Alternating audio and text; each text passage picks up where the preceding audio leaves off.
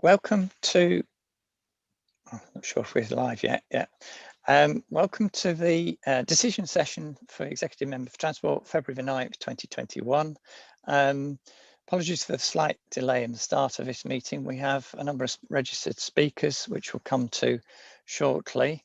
Item 1, declaration of interests. I am declaring an interest on item in relation to item 4, which is an application for residents parking on Broadway West, as that's the road where I live, although I don't currently have a car.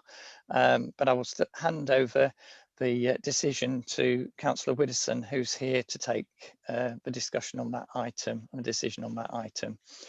So the next item is the minutes of the decision session of January the 12th of this year.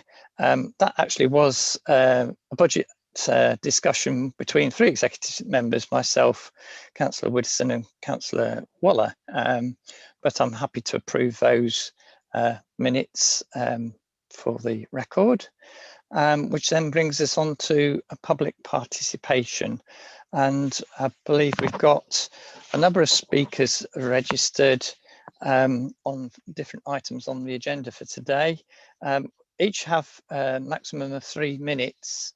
And the first speaker I have on my list is Councillor Fenton, speaking on item 6, Revival Estate Residents Parking. Is Councillor Fenton there? Morning, Chair. I'm doing a double act with Sarah Costello, who's an representative from the Residents Association. So if you'd like to ask Sarah Costello to speak first, please. Okay, thank you. Thank you for the update. So Sarah Costello, if you'd like to speak first. Good morning. To about 1.5 minutes or 1.5 to 2 minutes at most, if you can keep it brief. Yes, I will do. Good morning. I hope can you just let me know you can hear me okay? Yes, thank you. Brilliant, thank you. So on the agenda, it states the council proposed a no action taken on this item. However, I'd just like to give you some background to the situation and ask you to consider this. Mm-hmm. For the past few years, we've been experiencing increasing daytime access, traffic and parking issues caused by the students from York College on the Revival Estate. This has been due to restricted spaces available at the college, especially for those students who've only had their driving licence for less than 12 months, and also students wanting to avoid paying any parking fees at the college. The streets in the immediate neighbourhood of the York College, Chessingham Gardens and the Grove have been completely double yellowed lined for this purpose, to stop the students from parking on those areas. So the next place with the highest proximity to the college is the Revival Estate. So far, we've had 2 reported accidents on our estate by student drivers, resulting in damage to vehicles and property, but luckily, so far, no one has been injured. There have also been several sightings of students driving recklessly and racing around the estate. The current parking situation during the daytime causes danger and inconvenience to residents when trying to access their homes, significantly increases the volume of estate traffic, creates access issues for delivery vehicles, and poses a worrying safety risk if the need arose for emergency vehicles to access the estate, since double parking is a common occurrence. In addition, to tackle these problems and arrive at potential solutions, we formed an estate parking group and discussed our issues at length, both with the college and the council. We've explored various avenues, including the use of the old park and ride site, increasing the number of parking spaces at the college, and other free parking options for students. However, it appears the only way we can resolve this particular safety issue is to implement some form of resident parking permit scheme. In the recent council ballot, over 70% of the responses returned were in favour of a permit scheme. However, the response rate was below the 50% threshold. So as such, you're recommending no further action is taken. On behalf of our residents, I would like to ask you to take into consideration that almost 40% of our estate is made up of flats, which are situated at the entrance of the estate, and they have their own parking scheme, which is privately managed. Therefore, the flats aren't impacted by the college students like the residents are further in the estate in the houses. Also, please consider at the time the council ballot was issued, we were living in the current COVID climate, so people obviously have other comments, please. Yeah. Sorry? If you could wind up your comments, please, because it's supposed to be maximum. Okay, we were when we conducted our own survey back in March 2019, we had a 65% response rate. Please note the response rate from the houses on the estate was 56%, of which 76 were in favour, and a 21% response from the flats, of which 45% were in favour. I'd like you to take this into consideration in your decision on this matter, and in addition, would be grateful of an update on our request to have the speed limit reduced to 20 miles per hour on the estate as well. Okay. Thank you. Thank you. Councillor Fenton, do you have any particular points to add to that? Yeah, I'll keep it brief. Thank you, Chair. Okay. I think it was important that all residents on the estate were able to have their say on the proposal, whether they live in a house, in a flat, or whether they live on one of a number of private driveways on the estate. Mm-hmm. The layout and pattern of housing on the estate is quite diverse and probably unique in York. And so I would argue that it would not be fair or appropriate to rigidly apply the 50% turnout threshold without looking a bit deeper into why turnout in some parts of the estate may have been lower than in others. I do fear that if action isn't taken, then matters may get even worse in the coming months if more students opt out of public transport and choose to drive in. I hope that doesn't happen, but that is a risk. The proposed scheme, as balloted, has been designed in such a way as to minimise the inconvenience for residents, in that it would be applicable only on weekdays between 10 a.m. and 3 p.m. And so for residents who do have a need to park on the street during the daytime, hopefully the ability to find a space will make up for the expense incurred. And so to conclude, I would just ask you to consider approving the weekday 10 a.m. to 3 p.m. scheme. Thank you, Chair. Right. Thank you. I've been a bit generous on the timing there because I appreciate there was wanting to give the opportunity for a local resident to say something when it was actually Councillor Fenton who registered for that slot. So I'll move on to the next speaker, which is Councillor Craghill on agenda item 8, Navigation Road. Is Councillor Craghill there, please? Hello, can you hear me? Yes, we can hear you. If you can say what you want to say in about 3 minutes, I'd appreciate that. Okay. Thank you. Thank you, Chair. I'm speaking today as Ward Councillor to generally welcome these proposals for Navigation Road, including the intention to implement the one-way plug as an experimental order. I've been campaigning for a long time to get some measures in place to slow down the traffic cutting through Navigation Road and to make the area safer for pedestrians. So I am very pleased that we've now reached this point. As an edge centre area, Navigation Road has a rich mix of residents with many students, as well as families and quite a lot of older people. While some people may feel confident crossing busy roads, there are many older residents, people with mobility difficulties and families with young children who find the speed and frequency of traffic cutting through here off-putting and at times dangerous. The proposed measures, including the improvements around Hungate Bridge and Roundtrees Wharf and at the junction with Foss Island Road, will make the area safer and more attractive for walking and cycling and encourage the active local community, which I know, for example, the Walmgate Community Association want to support. Clearly, the consultation responses show that a number of people are not so sure about the one-way plug, which is why I support the idea that using an experimental order for this is the best approach. This means that people can experience the change in practice, feedback to officers, and if necessary, adjustments can be made. I think the fact that the overall number of responses from the Navigation Road area is fairly low only underlines the value of everyone experiencing this in practice. It took some of us, including me, a while to understand how the one-way change will work, and explaining this hasn't, of course, been made easier by not being able to go door to door to chat to people during lockdown. Naturally, there are always concerns about change, and I welcome the commitment in the paper at paragraph 28 that the scheme will be monitored closely in the early stages until it becomes established.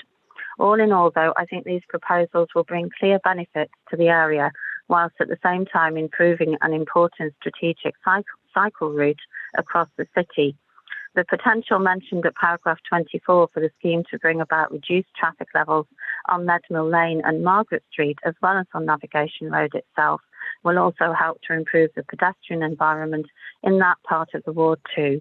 So I do very much welcome these proposals. Thank you. Thank you for your comments. That's very well kept to time. Our next speaker is Christian Santa Barbara, who's speaking on item 9 in reference to the Cycle Courier proposal and the Footstreets. Are you there, Christian? Hello, yes I am, Councillor Andy. Okay, thanks very much. If you could give us 3 minutes, up to 3 minutes worth of your thoughts, be grateful. Absolutely. Okay. Okay, do you want to start now then? Thank you for having me here again. Today, the first decision of many regarding city centre access will be made. Critically, it is emphasised that this is the first and will not be the only one. You will hear from a range of advocates on why access is needed. Indeed, the impetus for change has not disappeared since the last meeting. In fact, due to the coordination efforts of York IWGB, the demand and support for change has only intensified. The suggested review is simply not good enough. The emergency powers possessed by this body should be used to introduce trial cycle access to the city centre in whatever manner the council deems practical, safe, equal and cost effective. We have asked for your help. We put together the evidence and we suggested a solution. Regardless of the details and the insufficiencies drawn in your reports, reform is needed, and that is fact. The speakers here today attest to that. Thus, the members of this meeting will be best to consider that key workers' voices will not be shelved until 2022. We have been criminalised, penalised and stereotyped by a system that is outdated, and we will continue to challenge that. Now, I could continue at length, but I will leave you with this. Here today, they are watching. The people who can't leave their homes, who need us. 113 plus businesses that are counting on our service to survive, who need us. And every key working courier that is struggling, that are exploited and threatened with termination whilst facing your fines every day. They are all watching and hoping you do what is right by them. Thank you. Thank you very much for your comments, which we'll take into account in the discussion later. Next speaker I have is Robin Jankel on the York Cycle campaign, speaking on item 8 and 9. Are you there, Robin? Yeah, hi, can you hear me? Yes, we can hear you, thank you. Do you want to say? Thank you, Councillor. Yes, I'm speaking on behalf of York Cycle campaign and we'd like to talk about items 8 and 9. For item 8, the campaign supports the proposed walking and cycling improvements for Navigation Road. This will bring much needed improvement to north-south active travelling across the city. We note, however, that this route does not enhance access to the city centre itself, nor provide an alternative north-south route whilst Terry Avenue is closed over the coming 18 months. Which brings me to item 9. The campaign wholeheartedly supports the Cycle Courier's need to access the city centre. We believe there is a strong argument to trial a north-south route through the city centre for all cyclists. Our reasoning is as follows. The imminent closure of Terry Avenue for 18 months and Wellington Esplanade for 3 months will leave cyclists with no safe route across the city. We remain appalled that no alternative route has been proposed by the council and once again emphasise how essential it is that people cycling are given a safe way to get from one side of York to the other. A closure of this significance and for this length of time will be enough to change behaviours. The removal of this only route will lead to a reduction in the number of people who cycle in York. At the same time, it will increase congestion and air pollution on York's roads as people switch to driving and have long-term negative consequences for health and well-being. We've previously suggested that a temporary trial of a north-south route through the city centre Footstreets could provide a safe and accessible alternative route for cyclists whilst these vital floodworks are ongoing. In December 2020, we carried out a walkthrough of a possible route with Julian Ridge. Not only would a route through the city centre enable people to continue cycling, it would also help to boost the economy by enhancing accessibility to the shops, cafes and restaurants in the city centre for both local people and couriers alike. Along with others, we have been campaigning for an alternative cycling and walking route to compensate for these closures and have highlighted safety concerns with respect to traffic management at Butcher Terrace. The proposed detailed review of the Cycle Courier's proposal is neither fast enough nor sufficient. Instead, we ask that officers are asked to refer back to the cycle campaign's previously proposed cross-city route and to assess how emergency powers can be used to provide a suitable north-south diversion route for cyclists whilst the floodworks on the west side of the river are ongoing. If an immediate trial for a city centre access route is denied, then we once again ask what the council is doing to mitigate the damage that these closures will cause to cycling in York. Thank you. Thank you for your comments. We'll consider that when we get to that item. The next speaker I have registered is Mr. Max Potts on the Cycle Courier item number 9. Is Max there? Hi, do you want to? Yes, I can hear you. Do you want to start then?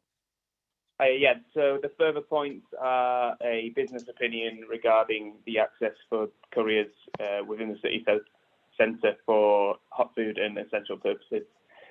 Access within the city walls, it's not an argument regarding the safety and efficiency of riders. I feel like that's a separate enforcement concern and obviously a viable concern.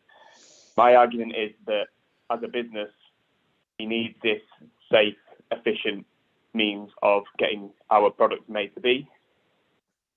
We also need the radius to be as far reaching as it could be. Over the last 12 months, the radius has been pushed closer and closer to the city walls, just really because the riders haven't been able to form an efficient service due to the time it takes them to get in and out of the city centre.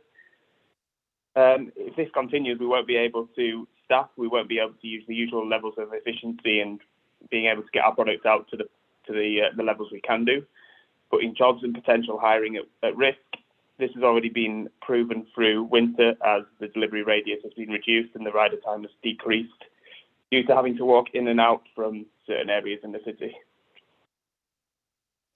Households that need essential services are not getting the degree of the efficiency it should be given in the circumstances, and often food is arriving cold and late, wasting important time around homeschooling and work. Finally, I see that there are 3 sets of parties that a simple change could fix. Businesses like ourselves would be able to send our products to a better standard, more efficiently, creating more jobs and return custom in the process. Riders would have their livelihoods boosted or even saved. They need to return 2 jobs an hour on average to even hit a minimum wage, which when walking in and out of town cuts 20 minutes off that time, sometimes making this impossible. And households and families, more families would have access to delivery services, given that the radius would be seen to be working better, and that the main platforms would then hopefully increase to a further wide-reaching radius, given that we'd have better platform efficiency. And there'll be much more buying confidence in the areas as deliveries become more trusted. Thanks for your time. Thank you. Thank you. Thank you for your comments. The next speaker I have is Alex Marshall on the same item. Is Alex there? Yeah, good morning, everyone. So my name's Alex Marshall. I'm the president of the IWGB. The IWGB is a union that represents precarious workers, and many of whom have been, deemed key workers during the pandemic. And the York Couriers I'm speaking on behalf of today fall into that category of being incredibly precarious and also key workers. So while millions have been told to stay home throughout the course of this pandemic, these precarious workers have headed out and exposed themselves to provide an absolutely vital service to those staying home, staying safe, those shielding the vulnerable, our loved ones who are keeping safe out of the clutches of this deadly virus.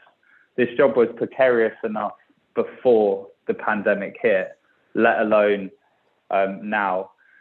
And so it's more precarious now than ever, with the risk of catching this deadly disease. But also these guys are faced with fines and fines that could cost them a day's wages, and also the risk of termination. As a union that represents private hire drivers and food delivery couriers, we've seen over 100 terminations of app-based workers since the beginning of this pandemic. And the ramifications on these workers and their families have been absolutely huge. People forced into destitution, people forced into using food banks, people unable to access public funding, You know, it really, really has been awful what we've seen and how these companies have been terminating at will. It's, you know, these people are faced that from delays in picking up, just from following COVID regulations, road closures, all of these things, but they're being penalized for this reason. One of the few positives of this pandemic is that these workers who've long been made to feel unskilled and disposable have been elevated to key worker status, and they've proven just how vital they are, not only for society, but in our response to the pandemic. These people were applauded through the summer, and it's time to show them that they're worth more than just clapping, and for the council to facilitate them to do this vital job and not impede them and risk them potentially leaving their livelihood. That's all from me. Thank you for your comments. We'll consider that when we get to that item. Next speaker I have is Nick West on the same item. Is Nick there? Hello, yes. Thank you for allowing me to speak. My name is Nick West. I'm speaking from the perspective of a business owner in Central York. I have a pizza takeaway company. Couriers are essential for the swift delivery of my pizzas for my business. Without online, the business would not survive through the pandemic. I cannot stress that enough. The couriers are so important because, as I previously rely on a lot of walk-ups and people passing by, and the online has really taken over, so it's really crucial. My customers have told me how essential it is that they can get my food delivered, particularly if they are isolating or unable to leave the house. So it's been a vital service for them in partnership, obviously, with the couriers. My pizzas are a hot product. It's vital that they get to the customer as quickly as possible. And many of the customers live in the city centre and may live in areas which are difficult to access with a car, so cyclists are crucial to this. My trading hours are between 11 and 7 p.m, 11 a.m, 7 p.m, and many other establishments trade later. So all-day access is essential for cyclist couriers. Car couriers have huge issues as well with parking restrictions, and they often cannot wait for me to complete an order for fear of getting a ticket. This will mean the order is passed on to the next available courier, thus prolonging the wait for the customer. So I really can't add any more than the previous excellent speakers who made some very good points, but that's my main points across. Thank you. Thank you very much for your comments, which we'll consider later. The next speaker I have is Christian Taylor on the same item. Are you there, Christian? Hello, can you hear me? Hello, yeah. Would you like to make your contribution? Yeah. Thank you. Yeah, first of all, I just want to apologise for any background noise. I do have my children with me today.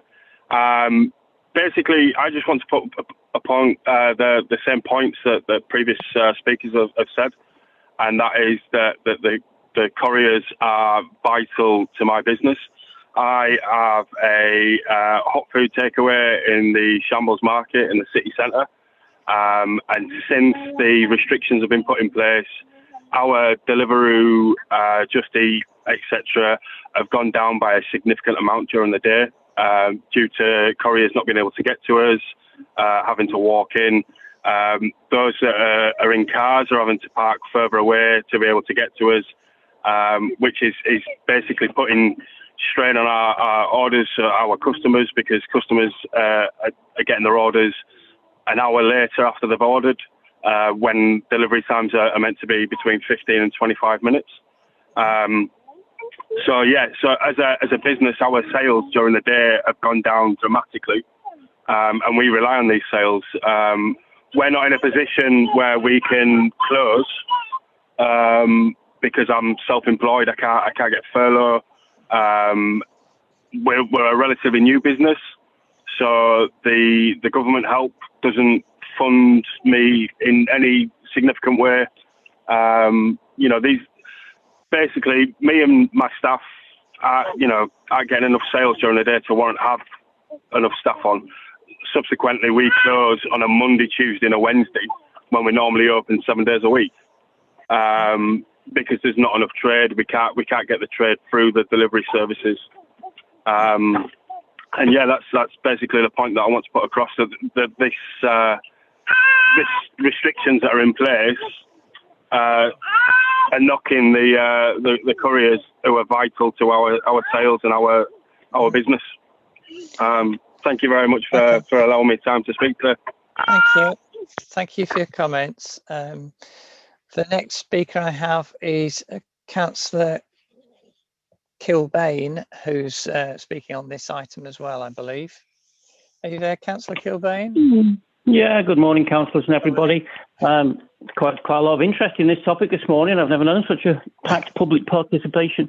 I must declare an interest to myself. I do occasionally work on a self-employed basis for Greenlink, who are cargo couriers in the city, though obviously I haven't done very much work for them this year. And I also order takeaways and get them delivered to my house from the middle of town. So in terms of the decision before you stay, Andy, I don't think it's time for reviews. The long grass doesn't really grow in the winter. We need some action now, mainly because, as the cycle campaign have pointed out, Terry Avenue is closing. Access to the Riverside Path at Wellington Row is closing, so we're not going to have a north-south route for cyclists through the town. So we need that to happen sooner rather than later. I suggest you talk to the cycle campaign, the disability groups, and work something out that will allow us to carry on active travel through the city centre. In terms of the couriers campaign, and again, I do have some direct experience of this. I think I first started talking about this maybe 5 years ago. I raised it with the council. I think there's a very simple solution, which is that you can almost immediately turn the courier bikes, the cycle delivery people, into authorised vehicles. We already have a number of authorised vehicles accessing the city centre on a daily basis. The latest ones that were added were the post vehicles when the post office was relocated. And obviously they're motor vehicles, they are actually the vehicles that can kill and injure people, as opposed to the situation that we've got now where you've got police officers hiding in doorways to catch out cyclists going past them on empty streets, which is a waste of everybody's time and money. So there's no reason why you can't do that immediately. You can review it as we start to come out of lockdown. You can talk to the union. You can see if they want to draw up a code of conduct so that you have to cycle through town in a certain way. And if you don't cycle that way, then you might lose your authorisation. But my main message is don't stick this out to review. Don't kick it to the long grass. Let's get on with it. Thank you for your comments, Kilbane, Councillor Kilbane. And I think the last speaker I've got now is Councillor Melly, also on the Footstreets item. Hi, morning everyone. Morning. The extension of the Footstreets has been a positive change to make the city centre cleaner and safer so people want to visit and support local businesses. Now that we know the Footstreets are going to be long-term and not just a short-term emergency measure, it needs to be possible to change and improve the details of how they're implemented. There needs to be more serious planning for achieving the car-free city centre commitment, and how people access the city centre by bike needs to be part of that. I'm proud that York has a large Foot Street area, but being motor vehicle free doesn't have to mean bicycle free. It's too large an area to exclude cycling as a means of travel completely. There needs to be some sort of access, so at least some of the city centre roads, perhaps a cycle corridor, either a permanent cycle route or a temporary kind of so-called key worker corridor, as other cities have done. Some of the roads are wide, not very busy, have clearly delineated road and pavement, and would provide a direct route from the edge of the Foot Street zone to the very centre of the city. We know that cyclists and pedestrians can share space considerately. Close to the city centre, there are routes such as Scarborough Bridge, which are important active travel routes to the city centre that pedestrians and cyclists share. It's illegal to cycle recklessly in a way that endangers pedestrians. The police can, and they do enforce that, as would be the case of people cycling in the city centre if the restrictions are adapted. My preference is for all cyclists to be allowed, especially bicycles used as a mobility aid. But in the case of a permit scheme, the permit could be removed if the permit holder cycled irresponsibly. One of the reasons for the Foot Street extension is to support local businesses. Cycle couriers have been essential support for local businesses, as you've heard this morning. They facilitate a link between businesses and customers. They're key workers who rely on using city centre roads for transport to be able to do their jobs and provide food to the vulnerable and the shielding. The council has already kind of acknowledged this in the policy of ending the Foot Streets at 5 p.m. during COVID restrictions that force hospitality to close. Couriers are allowed in at 5 p.m. instead of 8 p.m. in order to support the city centre evening economy. But that economy relies on them before 5 p.m. and during less tight restrictions too. There are already permits for vehicles that need an exemption for foot streets, such as waste collection and utilities, but the council's priorities are wrong if there are exemptions for certain vehicles, but not for any cyclists. Before Christmas, we had the ridiculous situation where cycle couriers had to dismount and walk along Goodrum Gate because cycling was considered unacceptable, while lorries and vans drove past them because the drivers had a piece of paper to show the barrier. To become carbon neutral, we need freight to move to bicycle as much as possible, but cycle couriers can't even use exemptions for loading and unloading currently. Cycle couriers have been receiving fines during the lockdown just while doing their jobs. Fining a cycle courier £100 for cycling slowly and carefully along a deserted Parliament Street is not in the spirit of the purpose of the foot streets. So the council needs to work with police and the security firm managing the foot streets to make sure key workers who just try to do their jobs aren't having to make the choice between losing income or the fear of being fined a day's wages. I'm glad that the foot street scheme is going to continue, and I hope there'll be long-term positive benefits. The purpose of the foot streets is to improve air quality, reduce congestion, promote active travel, support local businesses, and allowing cyclists into the city centre in a controlled and considered way fits with all of those aims. Thanks. Thank you very much for that useful contribution. I think that concludes the public speakers. So if any of the public speakers want to continue to watch the discussion on the council's live webcast of the meeting, we can do so. So that brings me next to the agenda item 4, which is the Broadway residents parking. So at this point, I will leave the meeting and hand over the discussion to Councillor Widdowson. Hopefully somebody will let me know when to come back in. Good morning. I'm here for this particular item because Andy, Councillor de Gorn, lives in one of the streets and I don't. So can we, Tony, is it you who's leading on the report, who's giving a summation of it? It'll be Darren Hobson, who is in the meeting as well. Sorry, I didn't spot you there, Darren, because your camera was off, so yeah, apologies. Sorry, good morning, Councillor. So we had initially consulted with Broadway West and Westfield Drive in May 2018. At that point, the majority of residents were not in favour of joining the Res Park scheme, and we took forward a scheme for Danesmead, which was implemented in September 2019. At the decision session prior to that in October 2018, the executive member recommended that if any of the residents of those streets thought that the situation had changed for the worse, then they could re-petition and be put to the top of the list for consultation. In October 2020, we received a petition from a number of residents of Broadway West complaining about congestion and obstruction of the street. At that point, we decided to reconsult with Broadway West and Westfield Drive, even though no one from Westfield Drive had come forward, as we felt it would have been discrimination against them. From that consultation, the properties on Broadway West, we had a 75% return rate, and 71% of them were in favour. On Westfield Drive, it was 50%, and only 25% of them were in favour. So with that information taken into consideration, the officer's recommendation was to progress the scheme on just Broadway West with an operational time of 9 AM to 5 PM, Monday to Friday, with 30-minute no wait, 30-minute parking allowance for non-permit holders, and no further action to be taken on Westfield Drive.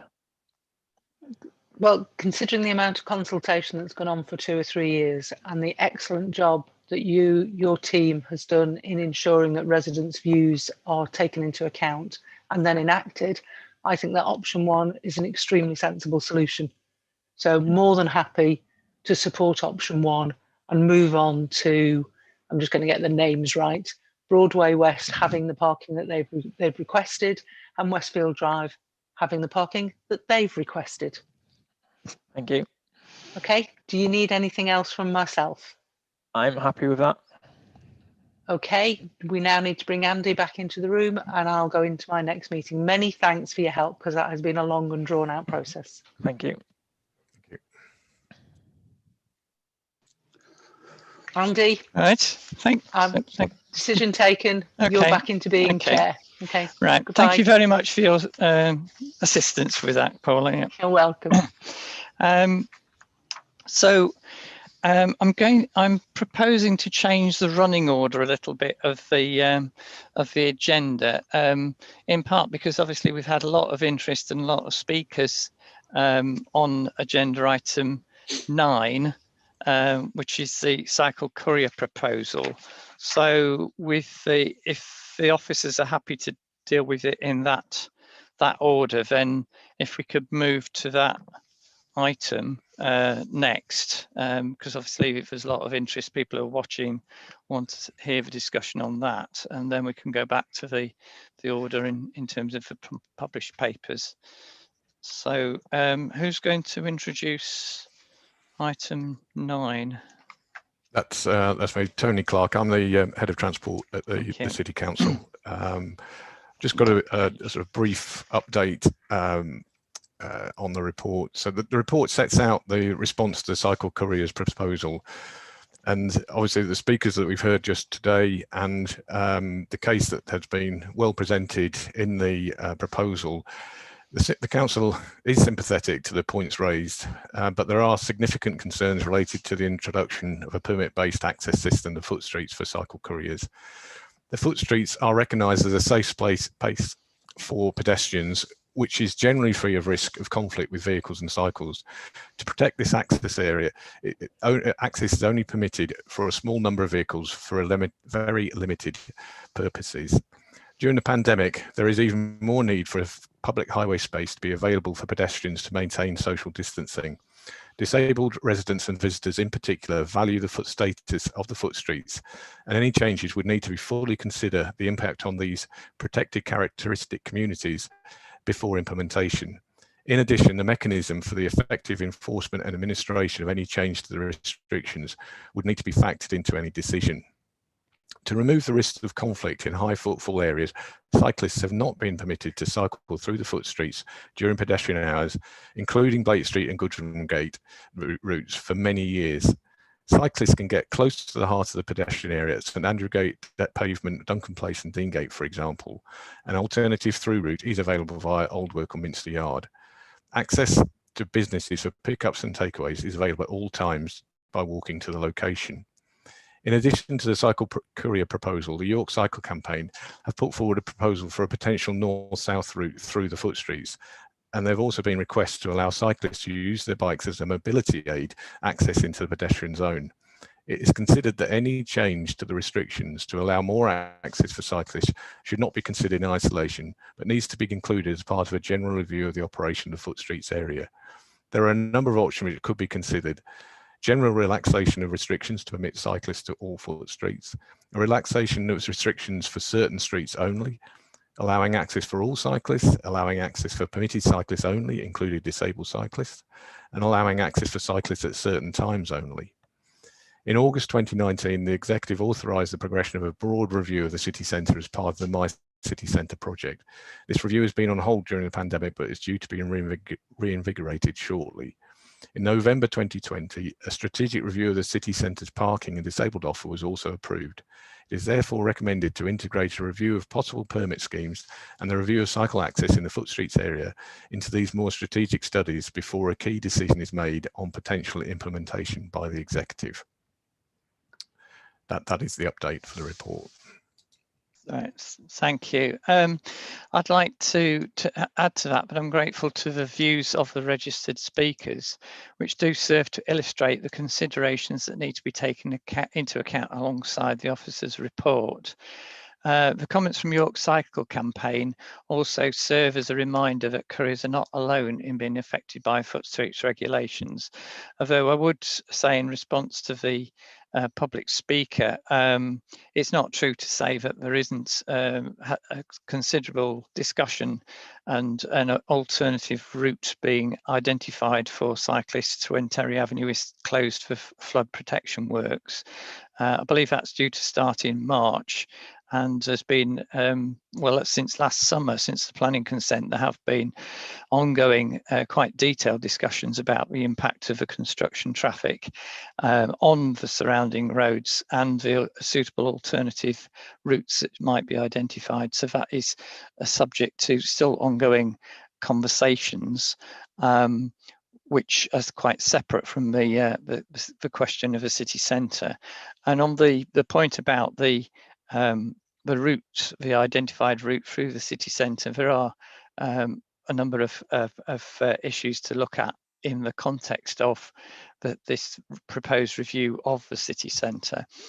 So in recommendation 4B, the point is made that any temporary provision would also need to look at the relative merits for other users and potential users, in particular carefully considering any equalities impacts for more vulnerable users.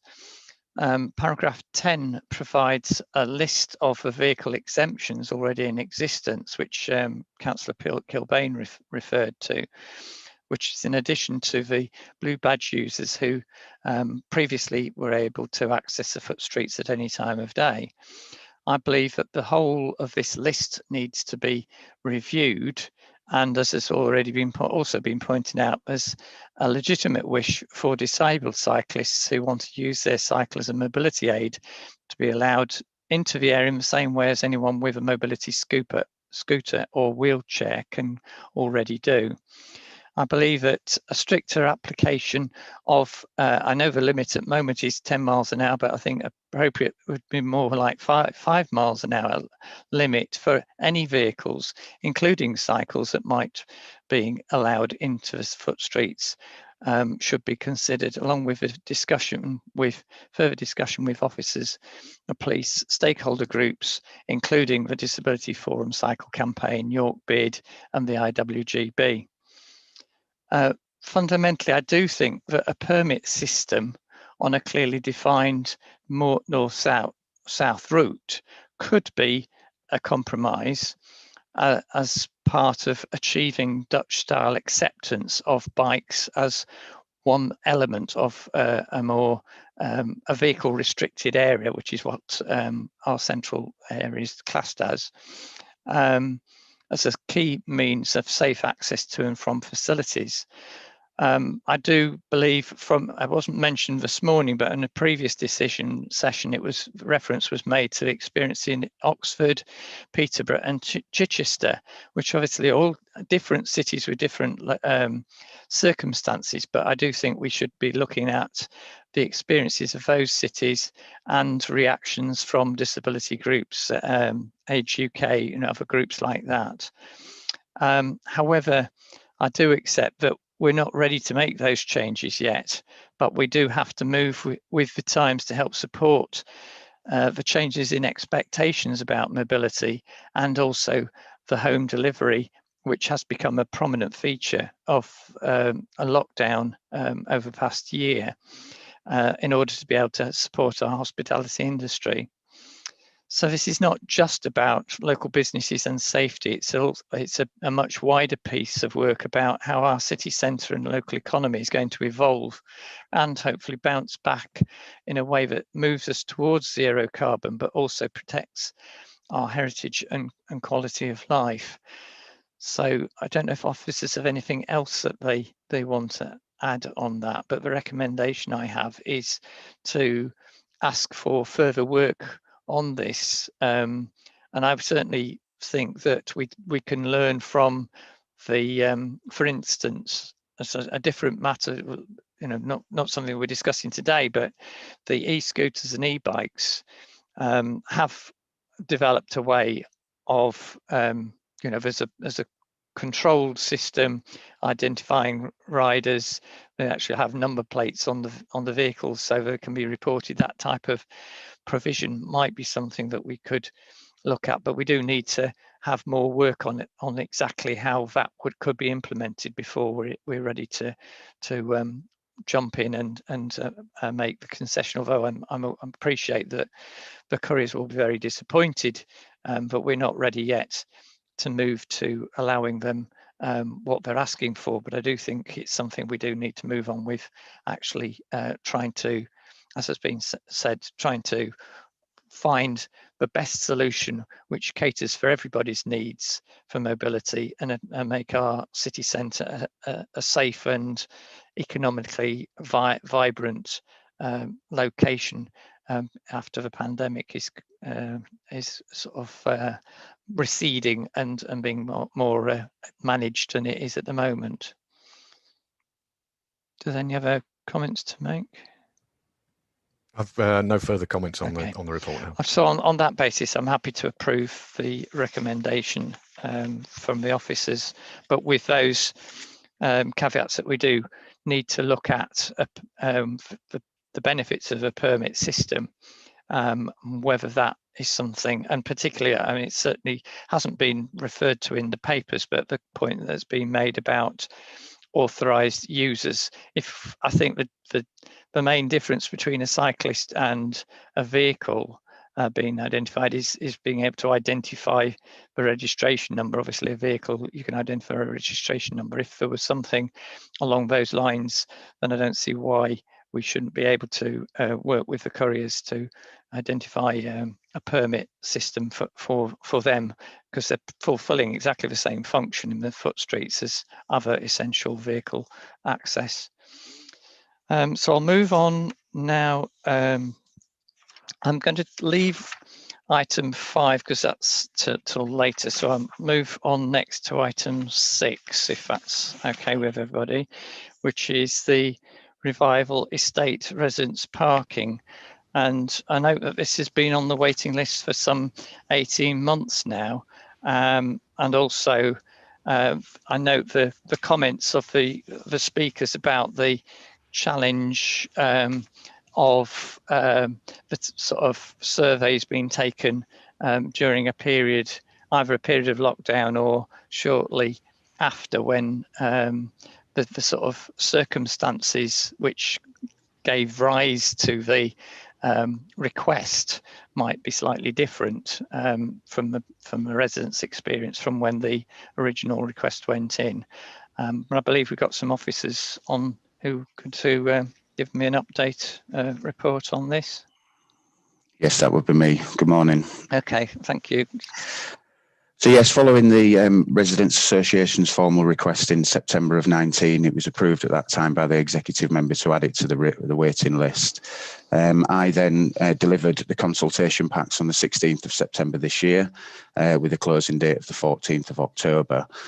Following that, a few days later, a resident contacted me who lived on one of the private drives that around the perimeter of the estate, and following that, I sent out a letter on the 1st of October to clarify those private drives and would not be included within the proposed Res Park scheme, but would be able to purchase visitor permits because they may require them.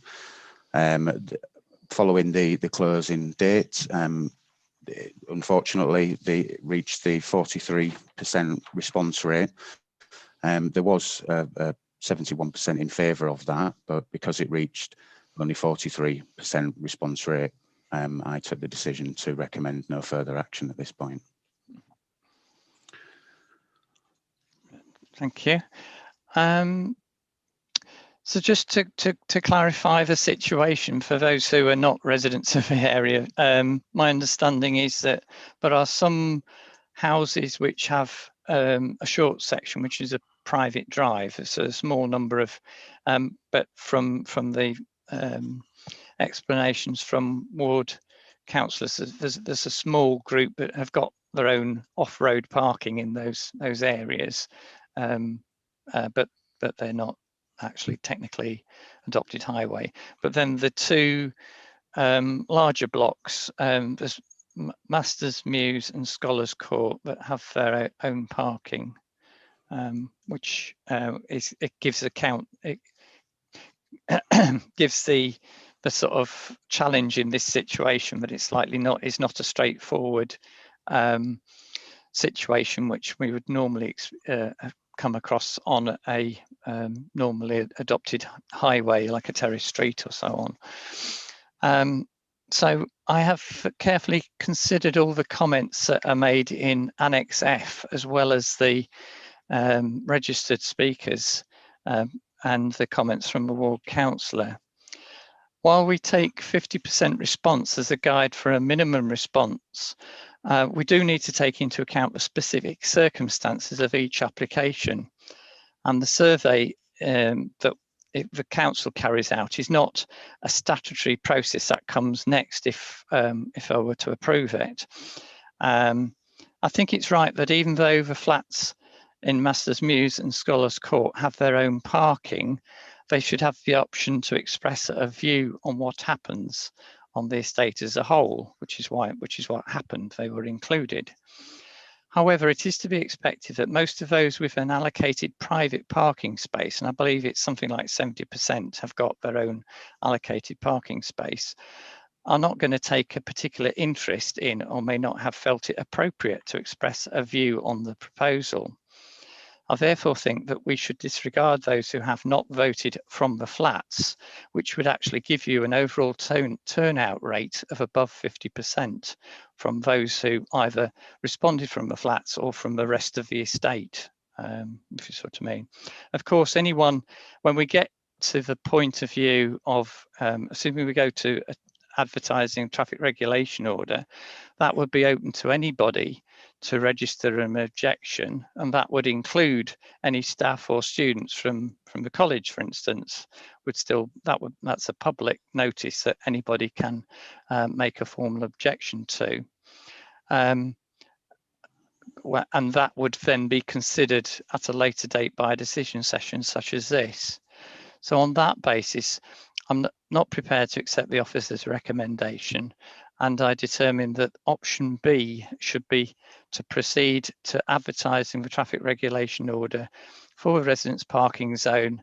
As was requested, the most popular option was for it to apply Monday to Friday, 10 a.m. till 3 p.m. And I accept all the arguments about term time being too complicated to, although that might be when it's most needed.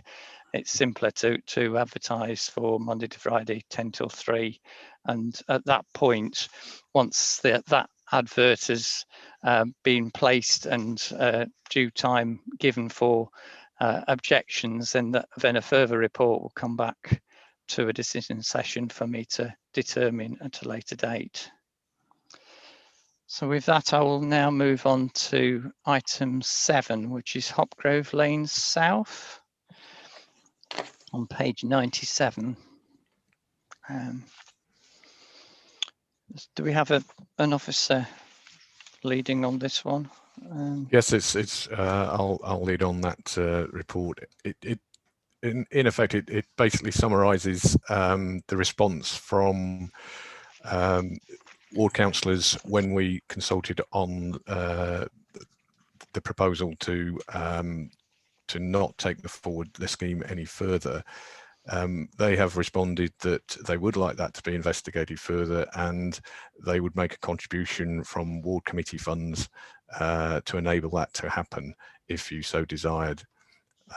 So that's the basic principle behind the report. Thank you. Yeah, so I know that since we last discussed this, the ward councillors have offered to pay half of the additional design work costs and also modelling and safety assessments. I mean, safety is obviously a key consideration, as well as the efficacy of trying to make improvements for this junction to deal with the congestion.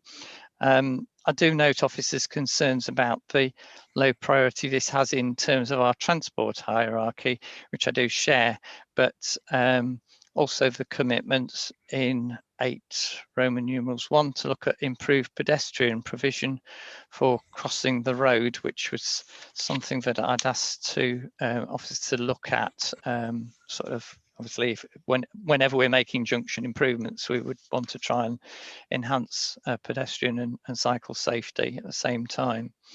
So I'm happy to support further work, which might also, one of the other things that was from looking at the design you've got on page 97 of the report, I think anything that we can do to help to create a slower speed environment at that junction and to improve sight lines for vehicles. I think I mentioned this privately to officers, that the design we've got here at the moment means that traffic coming from Hopgrove Lane South is sort of coming at an oblique angle rather than at a right angle to the main road, which obviously again would make it more difficult from the point of view of visibility for those in the left-hand lane looking for opportunity to turn out. So anything that we can do like that, and also the radius at the moment for the turning into Hopgrove Lane South is really designed for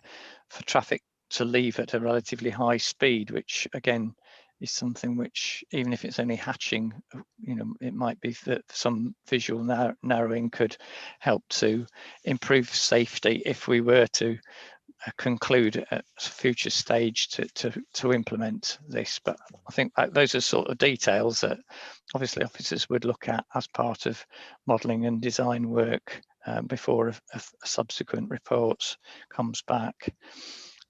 So in making this decision, I need to make clear this is only a commitment to investigate further and to ensure a safe value for money scheme can be implemented. Okay. So the next item I have on my agenda is Navigation Road, item 8, and we've got officers. Have we got an officer update on this? Yep, Chair. Since we last discussed this, we've had a response back from the police. I wrote to all 3 emergency services, but we've only got a response from the police thus far. Just to summarise, I mean, they have got some concerns, but mostly, I mean, we can probably design most of these concerns out. I mean, the first concern that they've raised was at the entrances to the 2 businesses that front onto Foss Islands Road, where they think there might be conflict between people entering and exiting those sites and cyclists using the path. But I mean, that's one of them. That's one of the main drivers for the scheme. That was one of the issues that had been flagged up, and that was one of the reasons why the scheme was put forward in the first place. Yeah. So that's inherent in the nature of turning off a main road into a premises when there's pedestrians or cyclists. Yeah, I think the design will reflect who has priority over who, and that's how we get round the sort of safety issue that's been flagged up. They also mentioned about the fact that there wasn't any advanced signing put up about the one-way plug on Navigation Road that was proposed, which unfortunately the drawings didn't show any signing at all, apart from the sort of the no entry signs. So yeah, well, I think that was the design for the scheme, wasn't it? And whenever we put a new change to the road layout, we would have temporary signs to alert motorists to the fact that something's changed, I would hope. Yeah, I mean, the plan that we showed didn't go as far as the sort of the Warmgate end and the Foss Islands Road end. So, I mean, there would definitely be signs that would show it as a no-through road in that particular direction, and that there was a new road layout ahead to try and sort of cut down. And the other thing that as well that we'd said that was if this is approved and it does go through on an experimental basis, that we will, using sort of the council sort of comms team and social media, sort of get the message across that things are changing and that people need to be aware of this. So I think we can get past their concerns on that particular one. They did mention that they thought that the one-way plug might be abused, and that if it was, that would be quite onerous for them and not sustainable in terms of enforcement. But I think, providing that we get the signing right and we do monitor it, sort of, especially when it first goes in, then that's how we sort of work out whether it is working or whether we need to tweak the design. And with it being done on an experimental basis, we do have that option to sort of change it, and then the sort of TRO process starts again. They also mentioned that they couldn't work out why there was a build out on Navigation Road as part of the Foss Islands Road local safety scheme, but I think they've sort of slightly misunderstood that aspect of the scheme. So I think what I'm proposing to do is if this does all get through as per the recommendations that we officers will get back in touch with the police just to sort of clarify exactly what we're trying to achieve, and sort of hopefully then they will they will understand why we've sort of designed it in a particular way. And there is still some tweaks to be made to designs for both the plug and the local safety scheme aspect. I think in particular on that aspect, they're perhaps not thinking, I mean, I appreciate that at the moment, there's a lot of traffic going in both directions there. Obviously with the one-way plug, that would mean that the through traffic which is coming towards Foss Islands Road would only be, well, there wouldn't be any of that through traffic. It would only be vehicles accessing Roundtree's Wharf car park in essence, that would be going in both directions, which reduces the conflict point which is there at the moment, because there's parking bays. The build out is at the end of the parking bay, so it's not projecting any more than it's currently obstructed by parked vehicles at the moment. You know, so I mean, the main sort of reason for having that build out was so that cyclists can actually see if things are coming past the parked cars. So it's improved visibility beyond the parked cars. Yeah. So that's one of the inherent sort of safety sort of reasons that we're trying to put that in the first place. Yeah. They have suggested, one of the officers, I think there were several sort of police officers that chipped in. So the one had suggested that we make it the whole of Navigation Road one way from one end to the other, but I really don't think that's going to be popular with the Roundtree Wharf and Cocoa Suites residents. I think that would be probably get less support than what we put forward, because it would mean that all the residents of those premises would have to access one way and then go out and the other. It would also lengths of one-way street tend to increase traffic speed, so it could actually be counterproductive from the point of view of the safety that we're looking to achieve from this. Yeah, and I think the other point they've made is that they'd asked whether we would look at an option of a full sort of point closure. But I mean, that was one of the initial options that was put to residents. And yes. They given the option of a one-way section or a full point closure, they plumped for the one-way options, their preferred design. So that's why we've sort of gone forward with this. I mean, obviously that could be an option if there's a lot of problems about abuse, but my preference is what would be with what we've got, because that does actually support emergency services as well. You know, that they can access, if necessary, under blue light, they can go in either direction as long as it's safe to do so. You know, whereas if it was a complete point closure, that would have to be added into emergency response routes.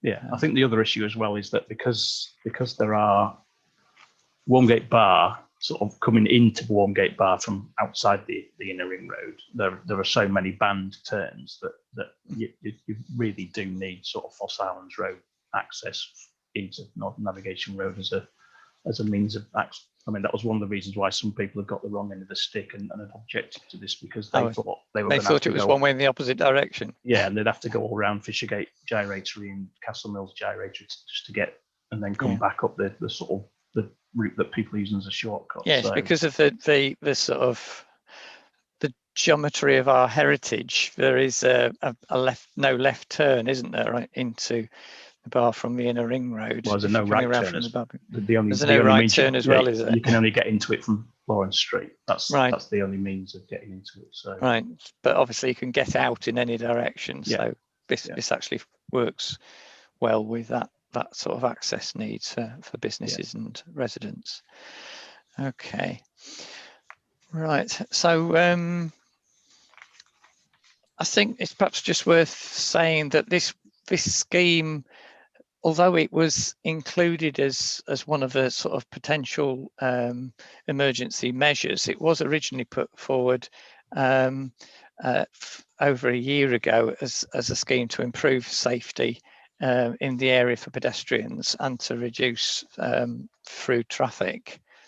And it is also a key element to complement the north-south cycle route, which has obviously been referred to, the desire for cyclists to go north-south and the restrictions of the foot streets. This is linked to a route which avoids the foot streets area.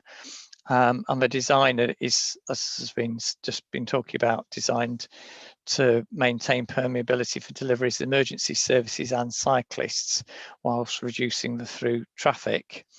I welcome the consultation responses from over 200 residents, which broadly supports these changes, even though this one-way plug will obviously impact on some local drivers and will, as with any road changes, take some time for people to get used to and be aware of. So we do need, as you said, to make sure we use the communications and signing. It's really an issue particularly for local drivers. People from outside the area tend to follow signs, and locals tend to just follow where they're used to going. So there is that communications element which needs to be in place, as well as sort of monitoring at the early stages when it's introduced. So on that basis, I'm happy to support recommendations 1, 2 and 3. And I know the comments that you've referred to, if they do need any slight adjustment to the design, I'm quite happy for that to be delegated as a decision in consultation between the police and officers, just to tweak those designs that you've got, if that proves to be what's necessary from a safety point of view. Also in the comments in paragraph 21, I'm happy to delegate to the Assistant Director in consultation with Executive Member any adjustments that may be needed. And there's also reference to the crossing of the left turn lane onto Foss Islands Road at Warmgate Bar. I think that was raised by one of the written submissions in the consultation, was just concerned that at the moment it's a discretionary crossing which is not very clearly signed or visible. It may only be a question of some more lining or sort of look right warnings to pedestrians and so on, just to improve safety. If there's going to be potentially more traffic using that left turn slip, although I would say from personal experience, obviously the sight lines for pedestrian crossing going to the main junction are slightly restricted by visibility of the bar, but it's only when the lights turn to green to let traffic out through Warmgate Bar, that initial wave of traffic that is likely to catch people out. But otherwise, most of the time when the traffic's flowing on the other roads, there's nothing coming through the bar to be of concern. So that just might need looking at in the detail to make sure that all users are aware of each other at that point where there's some restricted visibility. I'd also like to add that ward councillors and local residents groups do need to be kept up to date with the timescale for implementation, any signing arrangements and the monitoring in the first few weeks when it's introduced. The local residents can be our eyes and ears on this, and if there's particular abuse, then hopefully they will let us know, and that makes it easier to ensure that it's properly respected as a safety facility which it's designed for. So on that basis, I'm happy to approve those recommendations. So that takes me on. We've dealt with item 9, so that takes me back now to agenda item 5. Is there any officer update on this? This is the Transport Capital Programme Monitor. Chair, yes, sorry, Richard Jackson here. Just to let you know that Julian Ridge, I don't know whether you're expecting him to do the item, but he's dropped out, unfortunately. Okay. I think he was there in case we needed him for the navigation road item. Okay, but thanks. That's fine, thank you. Yes, it's just to Joe, it's Tony Clark here. It's just a general monitor report, a regular report that we bring forward to you to explain the progress on the capital programme, to identify where there's been changes from what was originally anticipated. So there are a number of changes. Some of those relate to delays in schemes as a result of capacity issues owing to the pandemic, particularly at this early stage of the year, the calendar year, where we tend to deliver quite a lot of our schemes. Unfortunately, it has corresponded with lockdown issues and flooding and snow. So it has meant that delivery has been is a bit delayed, and we have needed to slip some schemes over into the early part of next financial year. Appreciate that. I mean, it is helpful, but having flooding and gritting as well as social distancing all at the same time, I appreciate is a big challenge for particularly for the in-house team who are delivering a lot of our schemes. And I think it's perhaps worth pointing out that is the primary reason why some of the schemes have been delayed. I think we've had in the last couple of weeks a couple of highways projects that have were announced when they were going to start, and then because of the change in the weather and the flooding, we've had to put that on hold. But I just had a few sort of detailed questions which thought might be worth just referencing. That paragraph 8 talks about I know we've moved ahead with the work on the racecourse security measures, but the others for the city centre have been put on hold. These were the barriers and the movable barriers and so on, and that is obviously going to be kept under review at the same time as the Footstreet's work that was going on, as was referred to in the earlier item. So I'm happy with that. And I also wanted to note paragraph 9, we have made progress on the clean air zone for the city, and I note there's a saving being made on the money which was allocated. I just wanted to check, would that be carried forward for future work to do with the clean air zone, or where does that saving go to? We're just reviewing that position, so we'll have to check where there has been in effect an underspend against that proposal. But there are, I'm sure there's pressures elsewhere that we need to spend things on. There's never shortage. That's right. So it is a balance, but potentially there are one or two other vehicles that we could look at, which weren't in the initial rollout. Certainly, if there's any opportunity to make sure that we have 100%. I appreciate there's been some delays because of the COVID and bus operators being able to get the work done that's needed, but I think the vast majority of our buses coming into the city centre and now comply with the clean air requirements of either electric or Euro 6. Yeah, there are very few exemptions now because of that, exactly for the reason you mentioned there, but they are in train to be delivered fairly shortly, depending on the lockdown situation. And then on item 10, there's reference to the hyperhub charging work, and some delay with the hospital site. I mean, that's in addition to the two that we've already were progressing. Yeah, so work has started at Monk's Cross, and we'll roll on at Poppleton. We're just in discussion about the best approach for the hospital area. Obviously, they've got other priorities at the moment, but I suppose it's different staff dealing with their estate. So then paragraph 12 reference, again, I suspect this may well be because of the, as you said, the pressure on our in-house team, but there's the cycle link from Marygate Car Park to Bootham and the new crossing is being slipped to start in April now. We've already concluded all the consultation and approved the actual work, haven't we, for that one? That's right. It's just the detailed design, finalising that and getting it commissioned so we can actually undertake the work on the ground. Yeah, that's slightly slower than originally anticipated. Also to coordinate with other schemes in the area as well, so that we're not swamping the area.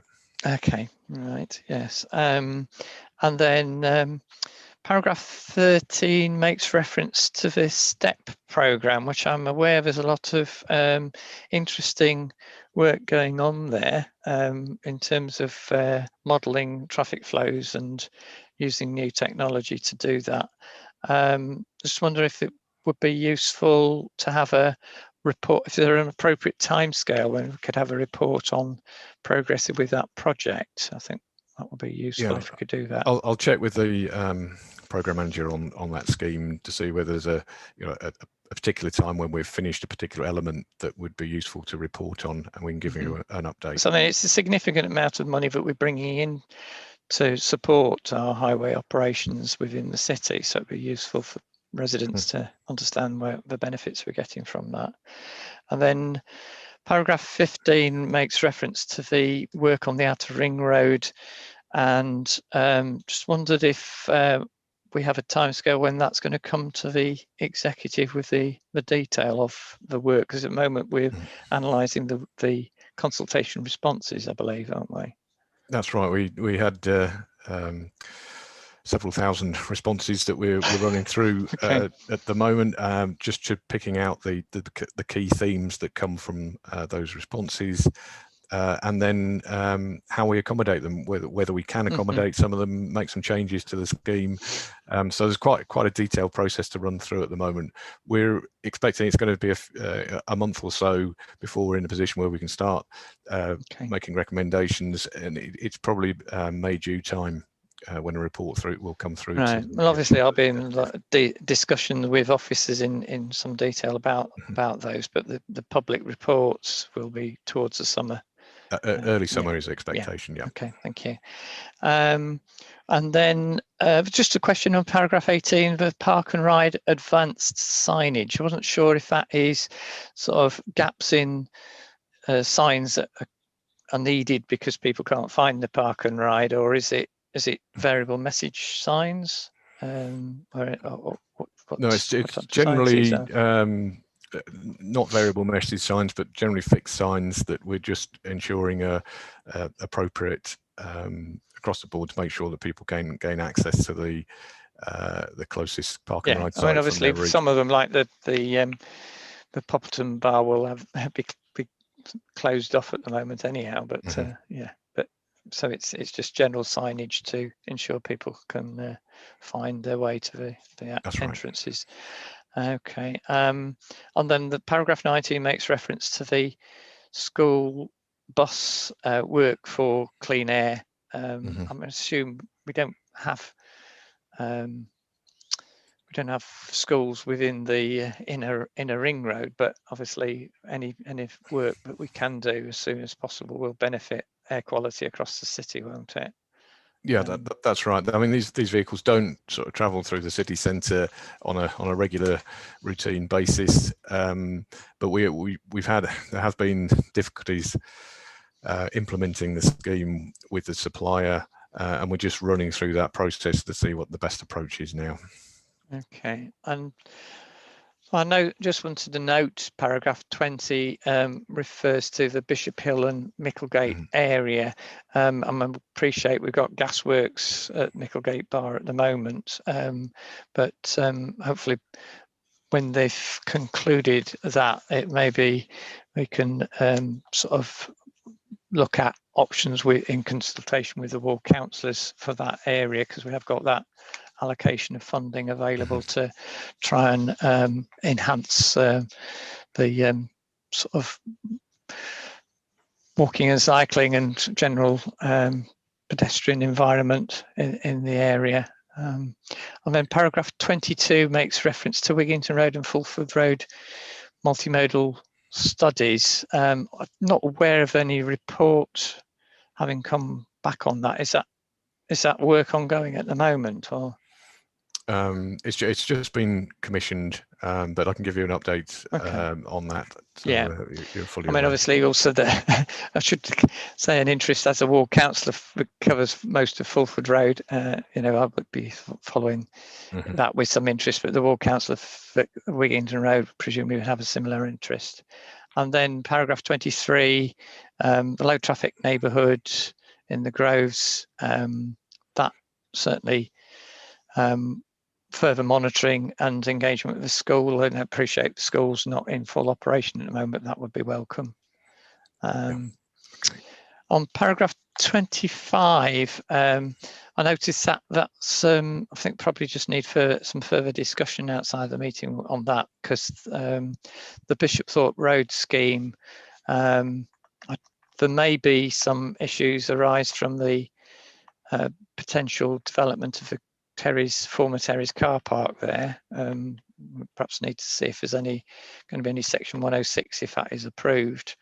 And I'd certainly want to have a bit more discussion with myself and the cycle campaign, make sure that whatever we're planning to spend is given the best priority for our network, you know, in terms of the hierarchy that we've identified for spending on cycle routes. Right. Okay. Paragraph 28, sorry, these are just sort of detail points which perhaps just need following up.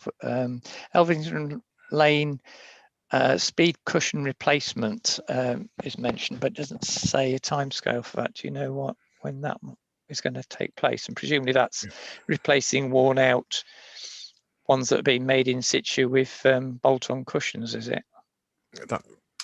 That's right. The bolt-down cushions that we've just been. There's been a bit of a delay in procuring those to get them in place on the ground. It would be early in the new financial year when they'll be taken forward. Right. It is also quite an awkward location to actually put in place with the closures that might be needed while we're doing the work. So it needs to be planned in correctly. I see. Yeah, because of diversions and so on. That's right. And then a note on paragraph 29, we seem to, I presume, again, this is in terms of pressure on workload, is it that there's 475,000 from bridge maintenance that's being carried forward? Yeah, we've got a programme of bridge work we're looking at. There's general inspections and assessments that are actually undertaken, so they're progressing in the background. And obviously, we want to make sure we focus the funds on the most appropriate bridge to maintain. Certainly, bridges in York cause a lot of disruption whenever you need to do work on them, don't they? But yeah, so that's right. We need to plan that in as well. Yeah, so there are works expected on the city centre bridges over the next few years, and we're just planning that in because obviously there's a lot of other activities like the station frontage to undertake as well. Okay, yeah, right. Thank you. So that fund is there, but it's not so we don't need it. It's just a question of timing. No, that's right. We need the funding.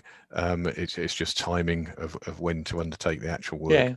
And there's a similar question on paragraph 30, which is about city fibre, and I believe this is funds that we put aside to do works sort of when the cable laying is concluded. If there's other sort of improvements that need doing alongside it, is that a similar reason for this? Is is something that we haven't had the capacity to deal with.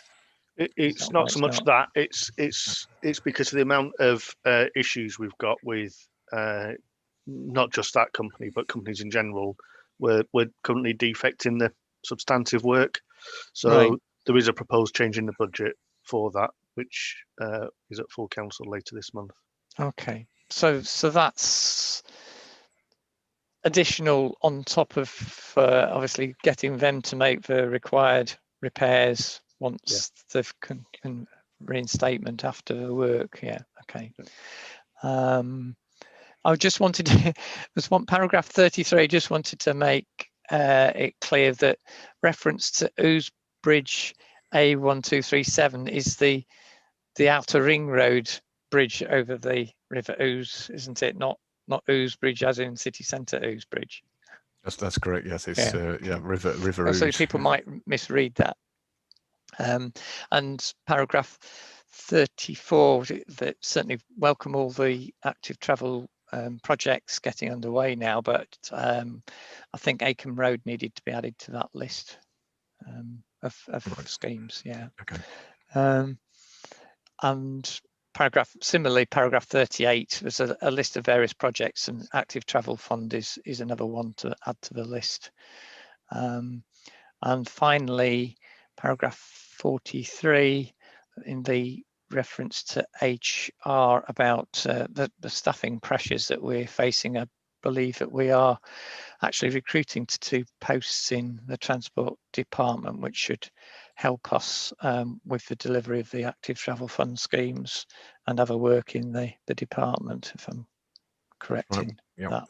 Yeah. We are reviewing the delivery of those schemes and potentially other mechanisms to try and get them forward as quickly as we can. Yeah. Okay. So with all those comments, I'm happy to approve that paper. I just thought it was worth drawing up a few points there in relation to those, just to expand on them a little bit. So I don't have any other business unless anybody else does. No? Okay, well, at that point, we'll conclude the meeting, and thank you everybody for attending. Thank you.